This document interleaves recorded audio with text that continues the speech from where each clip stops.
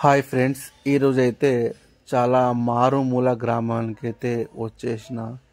ఇక్కడ వాతావరణం ఎలా ఉంటుంది, ఏం కథ ఏంది అనేది చూపిస్తాను. మొత్తం వీడియో చూడండి. చూసి మీకు ఎలా అనిపించిందో కామెంట్ అయితే చేయండి. ఇక్కడైతే ఒకే ఒక ఫ్యామిలీ అయితే జీవిస్తున్నారు. ఇది ఇక్కడైతే మొత్తం ఫ్యామిలీ ఒకటే ఫ్యామిలీ ఉందని చెప్పినా కదా, ఆ ఫ్యామిలీ ఈ హౌస్లోనే ఇంట్లోనే ఉంటారు. వీడియో తీస్తా అంటే వాళ్ళు వద్దు, మాకు అవసరం లేదా అని అయితే చెప్పారు వీడియో. కాబట్టి వాళ్ళ ఫేస్లో అయితే చూపించడం లేదు. ఇక్కడ కొందరు పిల్లలు అయితే ఆడుకుంటున్నారు. ఇప్పుడైతే ఇక్కడ నేచర్ అయితే మనం చూసుకుందాం. ఇక్కడ చక్కటి చల్లటి మంచి నేచర్ అయితే ఉంది. ఈ విలేజ్లో అయితే చూడండి, పిల్లలు ఎంత బాగా ఉన్నారో ఇక్కడ చూస్తున్నారు కదా.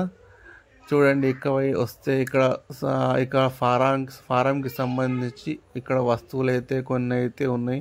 మొత్తం పాడైపోయినట్టున్నాయి, అక్కడ పాడేశారు.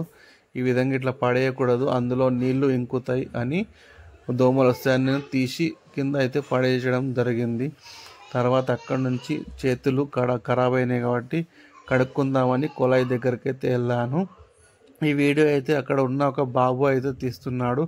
అందుకే ఈ విధంగా అయితే షేక్ చేస్తున్నాడు. కొత్త కదా వీళ్ళకు ఓల్డ్ పాత విలేజ్ కదా, అందుకే ఇలా వాళ్ళకి తెలియదు ఎలా తీయాలో, అందుకే ఇలా ఊగుతున్నాడు.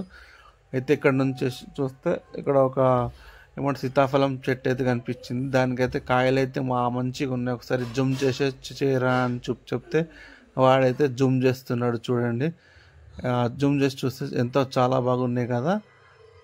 చిప్పలకాయలు అంటారు మా సైడ్ అయితే, మీ సైడ్ ఏమంటారు సీతాఫలం అంటుండొచ్చు.